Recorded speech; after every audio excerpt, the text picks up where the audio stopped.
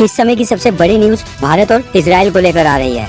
ये अपने आप में बहुत ही इंपॉर्टेंट न्यूज है, क्योंकि मोदी सरकार आज की डेट में इजराइल के साथ जो स्ट्रेटेजिक पार्टनरशिप को मजबूत कर रही है, उसके रास्ते में भारत के पोर्ट वर्कर्स आ गए हैं। भारत की फॉरेन पॉलिसी से जुड़े ये क्या है पूरा मामला, हम इस वीडियो में डिस्कस करेंगे। लेकिन उससे पहले अगर आप हमारे चैनल के ऊपर नए हैं तो वीडियो को लाइक करके हमारे चैनल को सब्सक्राइब करना ना भूलें। सबसे पहले मैं आपकी जानकारी के लिए आसान भाषा में आपको बता दूं कि जब भी दूसरे देश से कोई cargo ship, oil tanker ship या कोई और नेवल वेसल आता है तो वो पोर्ट के ऊपर रुकता है। उस पोर्ट के आसपास के जो एरिया होता है उसको पोर्ट जोन कहा जाता है। अब इस पूरे पोर्ट जोन में जो भी एम्प्लॉइज वहाँ पर काम करते हैं, सभी कर्मचारियों को पोर्ट वर्कर्स कहा जाता है। पोर्ट वर्कर्स कई प्रकार के कार्गो हैंडलिंग वर्क में शामिल होते हैं, जैसे कि शिप्स और शिपिंग कंटेनर्स को हैंडल करना, लोड अनलोड करना, लिफ्टिंग ट्रेन्स को हैंडल करना, ट्रक्स और ट्रेन्स जिनमें भर के सामान पोर्ट्स तक लाया जाता है उनको लोड और अनलोड करना, वेयर हाउसेस और लॉजिस्टिक्स एरियाज में गुड को स्टोर और प्रोसेस करना, पोर्ट इंफ्रास्ट्रक्चर की मैनेजमेंट और मेंटेनेंस, पोर्ट ऑपरेशन और लॉजिस्टिक्स को कोऑर्डिनेट करना,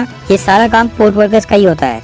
जो बड़े बड़े पोर्ट्स होते हैं वहाँ तो हजारों लोग काम करते हैं। अब ये पोर्ट वर्कर्स आपस में एक यूनियन बनाते हैं, अपने बीच से यूनियन के लीडर्स चुनते हैं जो इनके बिहाफ के ऊपर मैनेजमेंट से बात करते हैं, इनके अधिकार और इनके इंटरेस्ट के लिए लड़ते हैं। और ये यूनियंस न सिर्फ नेशनल लेवल के ऊपर होती हैं बल्कि इंटरनेशनल लेवल के ऊपर भी होती हैं। भारत में भी इसी तरह की एक यूनियन है जिसका नाम है water transport workers federation of India, जो कि भारत में ही हजारों पोर्ट वर्कर्स का प्रतिनिधित्व करती है, उनको रिप्रेजेंट करती है। अब हुआ क्या कि भारत के जो पोर्ट वर्कर्स की यूनियन है उसने इजराइल जाने वाले कंटेनर्स की हैंडलिंग करने से इनकार कर दिया है और इसका विरोध किया है। दरअसल इजराइल इस समय हमास के आतंकियों के साथ युद्ध लड़ रहा है। ऐसे में अपनी जरूरत के मुताबिक इजराइल भारत से भी काफी सारा असला बारूद, हथियार और एमिनेशन आज की डेट में परचेज कर रहा है।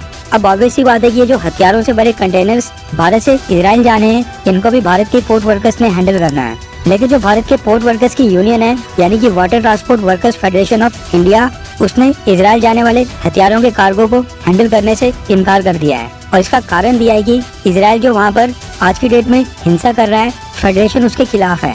यूनियन का कहना है कि पोर्ट्स के ऊपर हथियारों की लोडिंग अनलोडिंग करना, ये भी एक तरह से गाजा के इनोसेंट लोगों की हत्या में योगदान देना है। और क्योंकि इजराइल आज की डेट में फलस्तीन के ऊपर हमला करके वहाँ पर निर्दोष लोगों को मार रहा है, ऐसे में यूनियन इजराइल जाने वाले हथियारों के कार्गो को हैंडल नहीं करेगी।